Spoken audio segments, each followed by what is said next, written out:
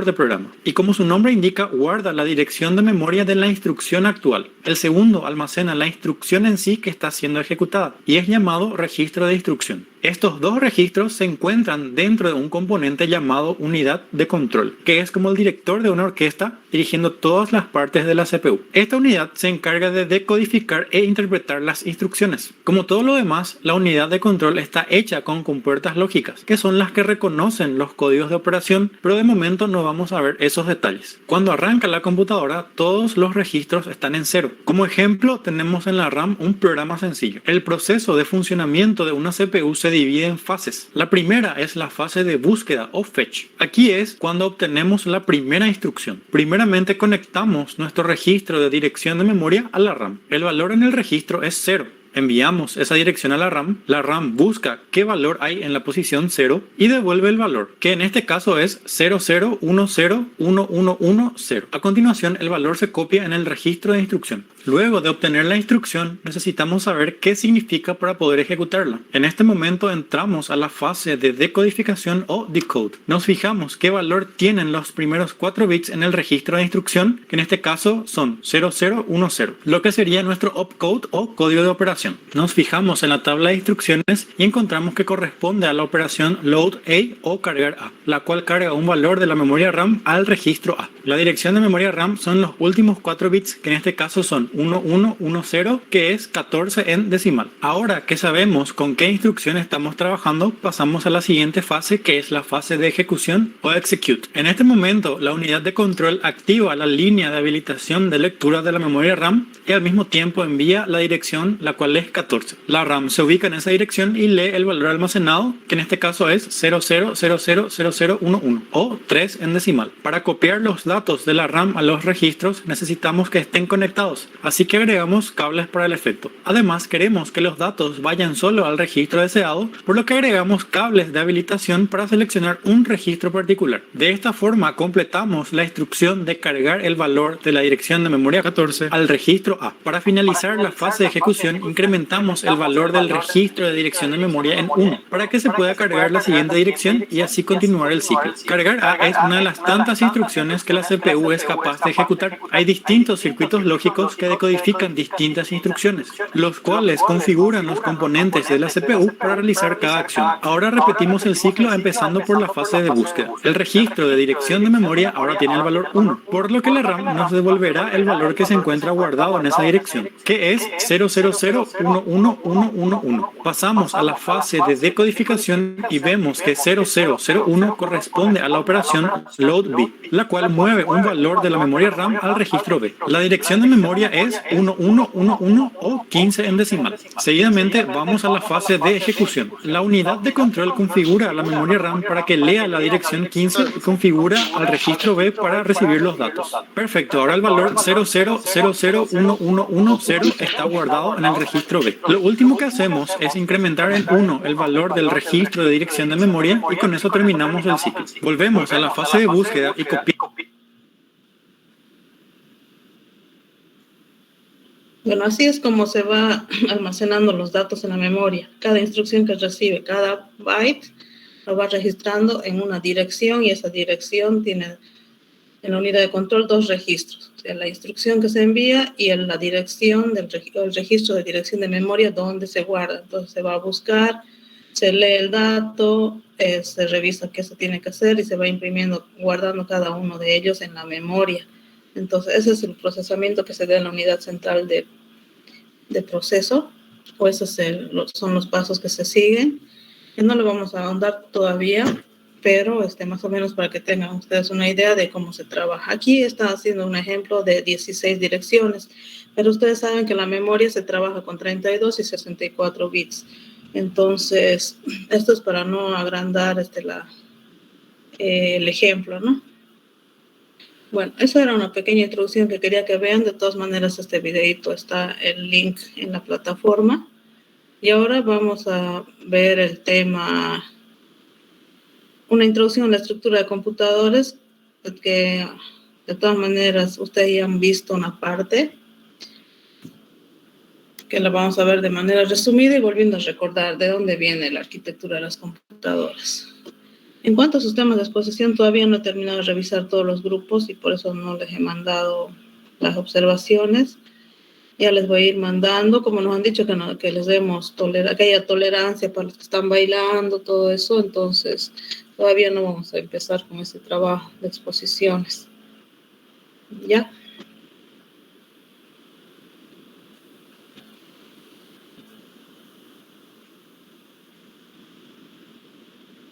Y en cuanto tenga ya, bueno, voy a ir revisando y voy a ir enviando las observaciones para que tengan tiempo de elaborar su tema de exposición. Ya ese tema lo vamos a ver como tema, como clase número 4. La introducción a la estructura de computadores.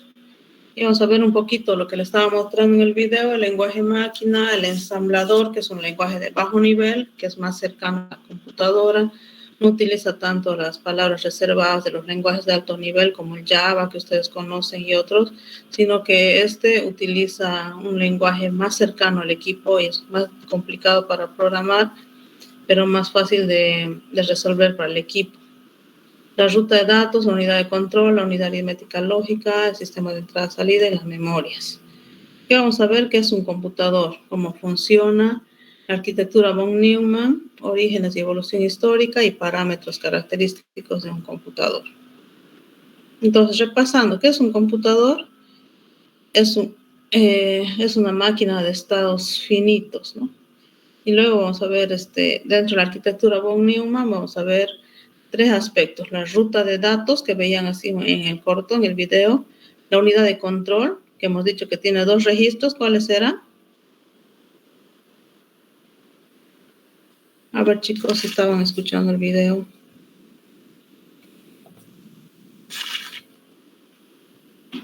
¿Nadie? ¿O me han dejado en visto?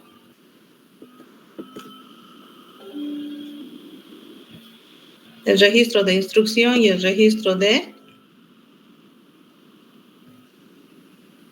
¿Están muteados o yo...? Déjenme ver. Registro de instrucción y registro de... Dirección de memoria. Memoria, muy bien, gracias, Demison. Entonces, esto es con lo que trabaja la unidad de control, y tenemos, esos serían los 3 aspectos de la arquitectura von Neumann: memoria de programa y datos. Bueno, aquí lo vemos gráficamente. FSM significa máquina de estados finitos, más la ruta de acceso. Entonces, aquí tienen 3 diagramas donde presentamos en el primer cuadro a la izquierda, en el cuadro verde, la máquina de estados finitos. ¿Cómo trabaja la máquina de estados finitos? Contiene un registro de estados. Bueno, en base a una entrada, realiza una lógica combinacional, que es la que indica qué es lo que va a hacer el equipo. Se registran los estados, como estábamos viendo en el video, y luego se emite una salida. Entonces, básicamente, la máquina de estados finitos contiene una entrada, realiza un proceso, registra los estados y tiene una salida. Y una vez que realiza ese proceso, pasamos a la máquina de estados finitos con ruta de datos. Aquí ya tenemos la información y una ruta donde va a ser almacenada. Entonces tiene FSM y DataPath. Entonces, la ruta de datos registra los datos que recibe del exterior, ¿no? Tiene varios registros, como veíamos ahí en la gráfica. Si son de 16 bits, 32, 64 bits, cada uno tiene su dirección. Entonces, la unidad aritmética lógica define cuál es el procedimiento que va a hacer, y una vez que contiene la ruta de datos, la pasa a la máquina de estados finitos para almacenar los datos. Entonces, básicamente, esta es la arquitectura con la que trabaja el equipo. Y vamos a ver otros ejemplitos. Entonces, resumiendo, la ruta de datos es la responsable de realizar cálculos, registros de unidades funcionales y unidades de interconexión. Entonces, realiza cálculos, hace los registros, trabaja con las unidades funcionales y conoce también los datos de entrada, los del exterior, y los interconecta con otros. Luego tenemos la unidad de control, que es la responsable, como su nombre dice, control, es la responsable de ordenar los cálculos. Entonces va haciendo en secuencia. Tiene un secuenciador, tiene unos registros donde almacena, porque tiene que saber qué datos ha leído, qué ha procesado, qué va a almacenar, etcétera, y por lo tanto trabaja con pilas de datos. Y luego tenemos la memoria del programa y los datos. Las memorias donde ya se almacenan los datos procesados y cuáles son los datos que se han almacenado. Esa es la arquitectura von Neumann. Entonces, no sé si se acuerdan que en la historia veíamos que esta arquitectura von Neumann lo ha creado John von Neumann en el año 1800, ¿no? Aproximadamente. O no me acuerdo las fechas, pero hace mucho tiempo. Si alguien se acuerda, puede comentar. Con la arquitectura von Neumann, entonces, propuesta, tenemos esta estructura del computador que se trabaja hasta ahora en la actualidad. O sea, no ha cambiado la arquitectura.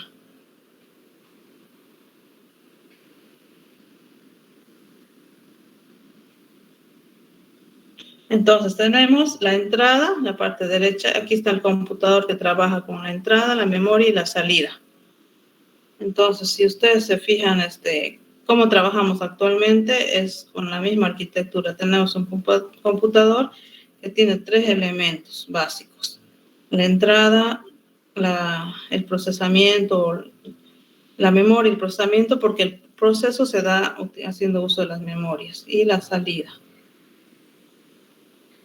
Una vez que introducimos los datos, entonces se guarda en memoria, como veíamos ahí con los registros de instrucciones y memorias, y el procesador lo que hace es realizar las operaciones de unidad de control, unidad aritmética lógica, dependiendo de qué operación va a realizar, es aritmética o lógica, y unidad de control se dedica a revisar que todo se ejecute correctamente.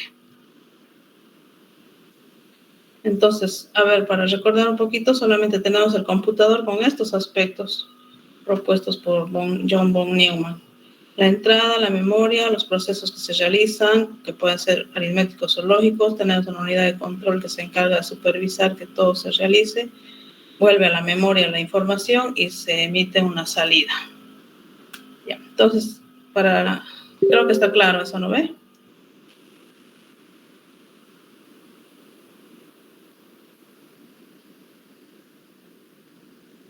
Bueno, aquí tengo mis apuntes, que el término von Neumann más o menos data de la fecha de 1945 e incluye las ideas de esta arquitectura. En el año 1945, entonces, para referencia. Luego tenemos la ruta de datos. En la ruta de datos tenemos unidades funcionales, registros de la ruta de datos y unidades de interconexión. Entonces, las unidades funcionales son aquellas, como el nombre dice, tienen una función específica. Pueden realizar tanto operaciones aritméticas como lógicas. Entonces aquí ALU significa unidad aritmética lógica. Contiene desplazadores que se van moviendo al siguiente dato, al siguiente registro, etcétera, y contiene multiplicadores. Entonces la unidad funcional va a realizar todas las operaciones. El registro de la ruta de datos es la que almacena, como su nombre dice, registra. Almacena todos los resultados que son temporales, para eso hace uso de la memoria. Entonces registra los datos, va almacenando, y una vez que los procesa, se va borrando los registros de la memoria, si no se saturaría. Entonces el registro de la ruta de datos almacena resultados temporales, y luego tenemos las unidades de interconexión, que son a través de los cuales se envían y reciben los datos de un componente a otro. Para eso se utilizan cables o buses y los multiplexores, que permiten enviar y recibir la información. Luego, ¿se acuerdan que hemos visto en primer año todos estos aspectos, los componentes de la unidad del procesador? Otro de los aspectos es la unidad de control. Entonces, tiene un contador de programa que tiene la dirección de la instrucción en curso, qué instrucción está ejecutando actualmente, y luego se incrementa en cada ciclo. Entonces va contando, haciendo un conteo de cada una de las instrucciones y los va registrando. Luego, en el registro de instrucción se tiene el código de instrucción en curso, de qué instrucción se está ejecutando, y un secuenciador que genera señales para cada instrucción y actualiza el contador del programa. Pues así trabaja la unidad de control. Tiene un contador de programa, registra la instrucción y tiene un secuenciador que va generando las señales para cada instrucción. Estas señales trabajan de modo como con puertas que se abren y se cierran. Entonces actualiza el contador, da una salida, entonces trabaja con unos y ceros. Todas estas son con puertas lógicas, trabaja con circuitos. Entonces, así es lo que se va registrando y actualizando el contador. ¿Qué hace el secuenciador? Realiza la captación de la instrucción, lee la dirección del contador del programa e incrementa el contador, como hacen en los programas ustedes para decir haga antes llevábamos como for i del 1 al 10 que haga un ciclo. Creo que ahora ustedes no sé cómo es la instrucción en Java. Lo que hacemos aquí es leer una dirección del contador del programa y luego incrementar el contador. Lee una dirección, digamos, lee la dirección 00001 y luego incrementa el contador a la siguiente dirección. Entonces, la siguiente dirección a la 0002, etc. Y luego el secuenciador tiene la misión de decodificar la instrucción porque tiene que saber cuál es la instrucción, la orden o el comando que se le ha dado a ejecutar. Y luego recién ejecuta la instrucción. Captura los operadores, por ejemplo, si fuera una suma, entonces se fija qué operadores tiene, qué operación va a realizar y luego escribe el resultado. Digamos, le decimos que escriba 2 más 2. Entonces, cada uno de estos datos tiene una dirección. Entonces, yo leo el primer dato, incremento el contador, me paso a leer el segundo, etc. Pero una vez que leo el primer dato, me ubico en qué dirección estoy, decodifico la instrucción y digo qué dato es, si tengo el número 2, entonces seguramente en binario va a tener su representación y luego se va a escribir, se va a capturar ese dato 2, luego va a leer la siguiente dirección que va a ser un operador más, entonces va a capturar el dato, va a decodificar y va a guardar el dato. Luego va a ir a leer el siguiente número, va a incrementar la dirección en 1, va a leer la siguiente dirección donde está el otro operador que es el 2, va a capturar el dato, luego una vez que capture todos los operandos, realiza la operación y luego escribe el resultado 4, lo decodifica y lo manda a la pantalla, por ejemplo. Todo ese proceso se realiza en milisegundos, ¿no? Aquí tenemos un ejemplo de un procesador y las tres partes que les decía hace un momento, tenemos la ruta de datos, la memoria y la unidad de control. La ruta de datos que decíamos que trabaja con la unidad aritmética lógica porque tiene que saber si el procedimiento que va a realizar es matemático o lógico. Luego, el acumulador almacena los datos. Luego pasa a la memoria. En la memoria tiene una memoria, un lugar de direcciones de memoria, pasa a la dirección principal y luego... Perdón, un segundito, me están hablando.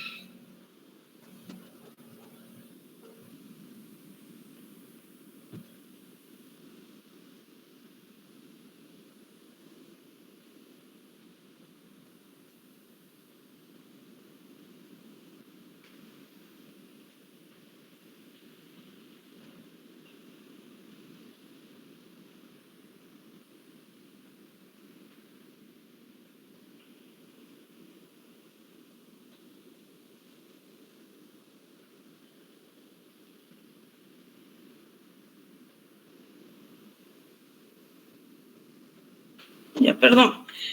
Disculpen, chicos. Bueno, entonces decíamos que dentro de que un ejemplo del procesador tienen aquí con un diagrama, explicado un diagrama donde tienen la ruta de datos, la memoria y la unidad de control. Decíamos que la unidad aritmética lógica define qué operación se va a realizar y se va acumulando los datos. Luego pasa a la memoria, donde tenemos un registro de memoria, que es el de MDR, un registro de memoria, un registro de datos de memoria sería MDR, un registro de datos de memoria, pasa a la memoria principal y por último pasa al registro de la memoria de datos, de dirección de datos. Entonces tenemos la dirección y los datos arriba y por último esto se va realizando en cada una de las instrucciones. Entonces tenemos un contador que va leyendo y va aumentando el contador, tiene un secuenciador que va haciendo el control y registrando las instrucciones. Entonces, todo ese es el proceso que realiza el procesador o computador. Ahora, ¿de dónde data la necesidad de cómputo? En los antecedentes históricos, ya hemos hablado mucho sobre esto, tenemos el ábaco, la máquina de Pascal, que realizaba sumas, luego Leibniz mejoró esa máquina, hemos dicho, que ya permitía que se pueda multiplicar y dividir, luego tenemos el telar de Jacquard, que ya utilizaba memorias con las tarjetas perforadas, donde perforaban las tarjetas para ir almacenando los datos. Entonces, es un poco sobre la historia. Y el ábaco, ya hemos dicho que más se cree que se lo ha inventado en China, en el año 1200 después de Cristo. Luego aquí tienen la pascalina, que también hemos dicho que era considerada como la primera calculadora mecánica de la historia, y la ha inventado un francés llamado Blaise Pascal. También de su nombre viene un lenguaje de programación que se utilizaba cuando en las primeras veces, bueno, que hemos estudiado nosotros, en el año 91, el lenguaje de programación Pascual. Él inventó esta pascalina o calculadora mecánica cuando tenía 19 años, que podía sumar y restar, y luego también multiplicar y dividir, hacer restas sucesivas, etc. Decíamos que la máquina de calcular de Leibniz se basó en la máquina de Blaise Pascal, inventa una máquina aritmética que trabajaba realizando multiplicaciones, desplazando una parte móvil que era mecánica, y obtenía resultados mucho más rápido que hacerlo en papel. El telar de Jacquard, también se acuerdan ustedes, Joseph Marie Jacquard en el año 1801, ya él implementa la idea de memoria, almacena los datos en tarjetas perforadas para luego replicar esa información y poder hacer que la máquina haga sus telares con los diseños que él preparaba. En la era moderna existen los computadores mecánicos por Charles Babbage. Charles Babbage, van a escuchar mucho también sobre este personaje que inventa la máquina diferencial, que permitía calcular ya tablas. Luego tienen a la máquina analítica programable, ya tenía una entrada, una salida, una memoria, una unidad de cálculo. Los computadores eléctricos, que por ejemplo la clasificadora de Hollerith, que utilizó el primer ordenador eléctrico. Y bueno, aquí tienen a Charles Babbage con su primera calculadora mecánica. Aquí se ha sobrepuesto el texto. Luego, Ada Lovelace y Charles Babbage trabajaron juntos inventando la primera computadora en el año 1800.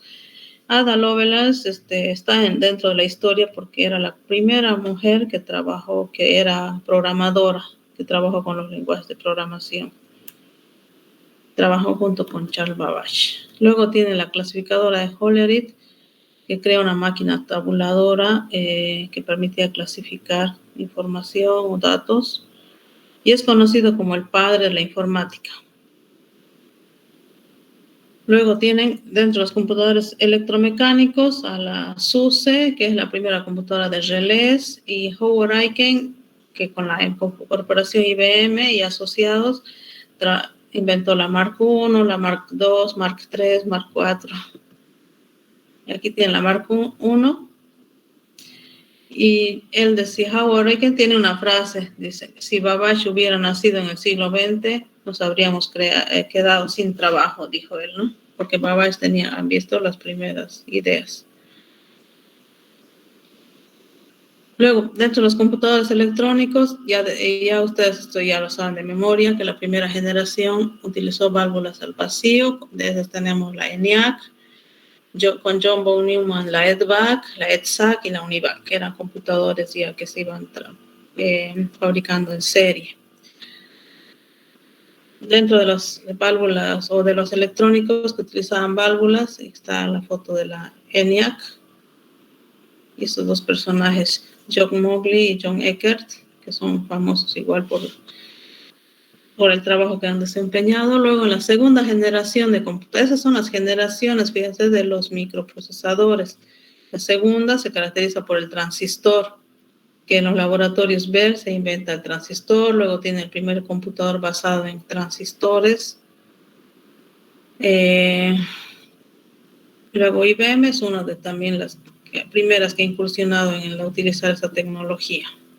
El transistor de la segunda generación, que fue inventado por Shockley, Bardeen y Brattain, que eran esos tres científicos.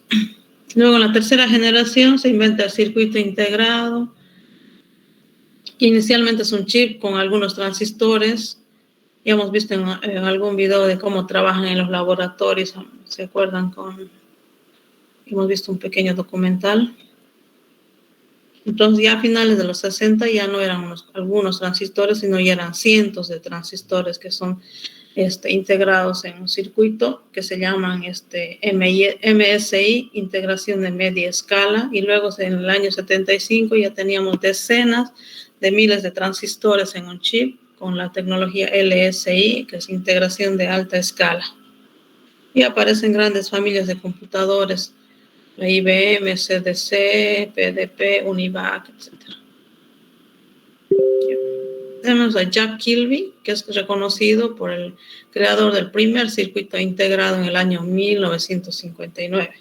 Es complicado recordar esos nombres, pero para que tengamos un poco de referencia, este personaje fue contratado por Texas Instruments. ¿Se acuerdan que hemos visto el video de los laboratorios donde fabrican los microprocesadores? En el año 1959, este personaje que inventó el circuito integrado fue contratado por ellos, por Texas Instruments. Y se trataba de un dispositivo que integraba 6 transistores sobre una misma base semiconductora para formar un oscilador de rotación de fase. Fíjense la forma rústica como lo creó, pero ya hizo ese trabajo.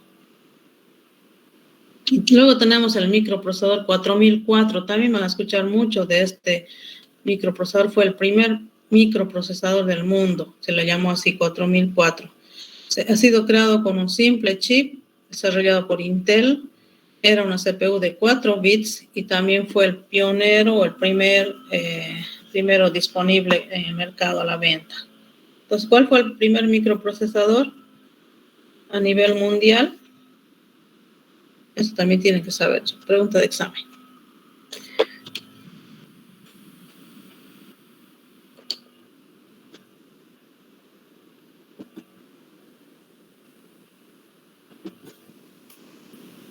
En la cuarta generación, Intel 4004 ya comercializaba el primer microprocesador. Aparecen ya los lenguajes de alta generación. Tenemos tamaños de palabras ya dimensionadas con la frecuencia del reloj, medidas de rendimiento MIPS, que es millones de instrucciones por segundo, y MFLOPS, que son operaciones con punto flotante, se llama MFLOPS.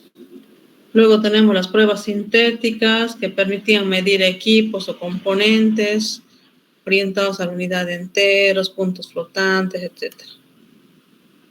Eso de puntos flotantes, ustedes también lo han visto como en la materia.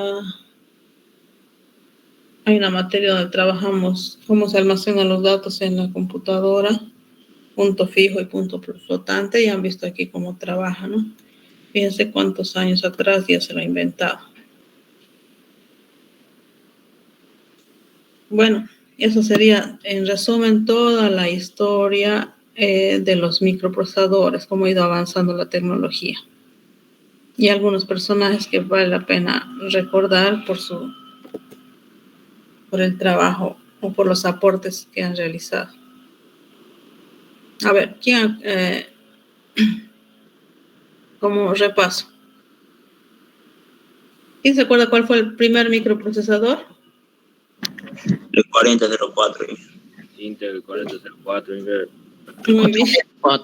Ahorita los voy a anotar. Y ya. Luego Sí, viste, eso mismo iba a decir. Luego hemos hablado de algunas partes del microprocesador, una estructura del microprocesador, no sé si se acuerdan. También le podemos llamar partes del microprocesador. ¿Cuáles serán? Los 4 bits. Básicamente, ¿su estructura cuál es? A ver, hace rato quién participó para que no me olvide. De 4 bits era el microprocesador. Muy bien. De 4 bits. Pero la estructura básica era entrada, memoria, Salida.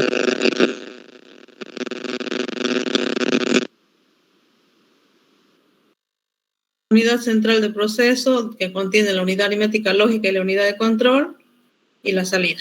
Sería entrada, la memoria, la unidad, unidad central de procesamiento, que contiene unidad aritmética lógica, unidad de memoria, unidad de control y la salida. Esa sería la estructura, o básicamente podríamos decir la estructura del computador, cómo trabaja. Luego hemos hablado de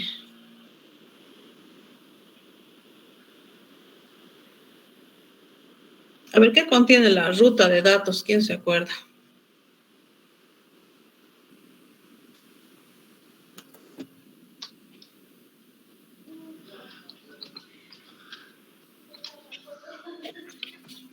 Hoy día es 2 de septiembre. Ya.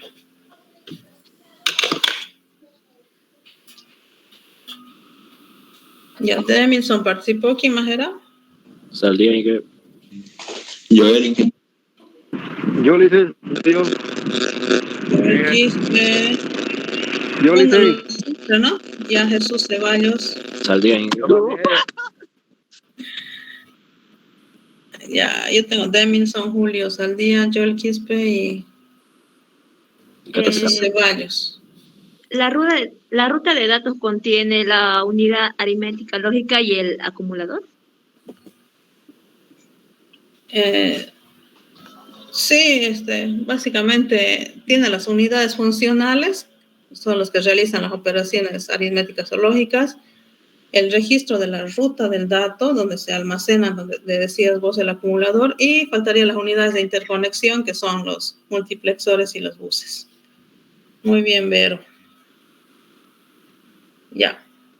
La vamos a anotar porque está en mi clase, todo esto le vamos a aumentar puntos de incentivo. César Mosques, Eduardo Tejada. Son muy tímidos los chicos. José Cerezo, o están o no están. No tengo internet, no me puedo conectar, yo estoy con Verónica. Aquí está. ¿Vos eres Nayeli? Mariana marca ahí. Mariana. Sí, estoy escuchando desde el celular de Verónica. Verónica, Mariana, César, Eduardo, José Cerezo. Yo le hice. Ceballos, ya te he puesto hace rato. Y Jorge Miranda, no veo a nadie más. Yo igual estoy en. ¿Quién? Sebastián. Ah, Sebastián, no te he visto, Sebastián. Sebastián Farfán.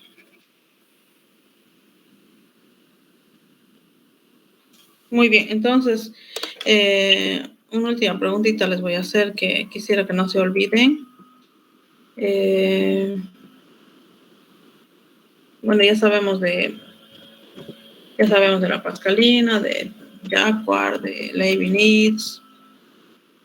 Ese personaje que ha sido contratado por la empresa que hemos visto el otro día en el video,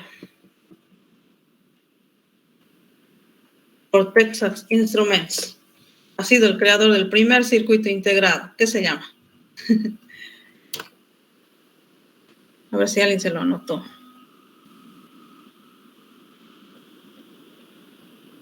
O lo pueden googlear, chicos.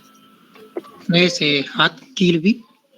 Oh, muy bien, Demilson. Sí, dice. Jack Kilby.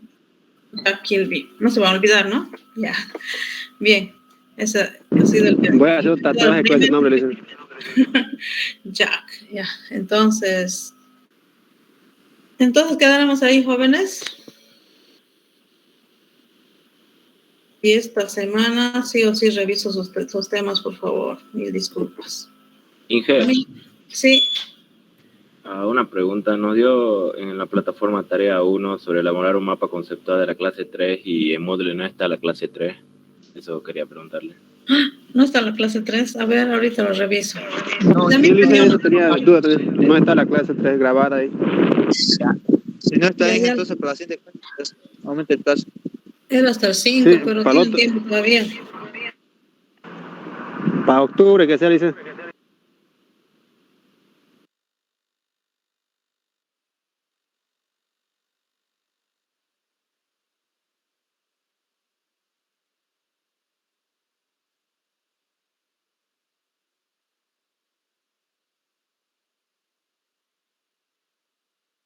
Ya, chicos, ahorita lo subo, estoy revisando.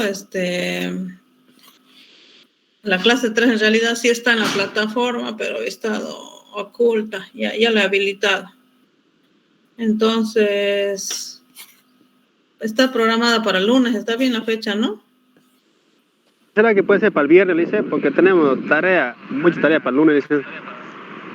Ya, les cuento que yo también tengo que ir a ensayar la danza, porque los docentes ahí van a bailar. Así que, tolerancia para todos los que bailamos.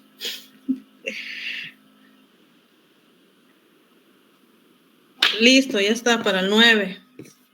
Ya, no está. Después vamos a tener que... Tenemos tareitas pendientes. No. Creo que me he equivocado aquí. Era la tarea 1, ¿no? El mapa conceptual, sí, tarea 1 está ahí en la plataforma. Sí, Licen, la clase 3, tarea 1. Sí, está bien, hasta el viernes 9. Pueden presentar, pero antes, mejor si se desocupan o realizan antes para que no se les acumule. Ya, entonces quedamos ahí, jóvenes. Bueno, Inge, hasta luego. Hasta luego. Bueno, Licen, hasta luego, Licen. Hasta luego. Hasta luego, Inge. Hasta luego, chicos. Hasta luego, Licen. Hasta luego. No, en el ensayo. Voy al ensayo. Hasta luego.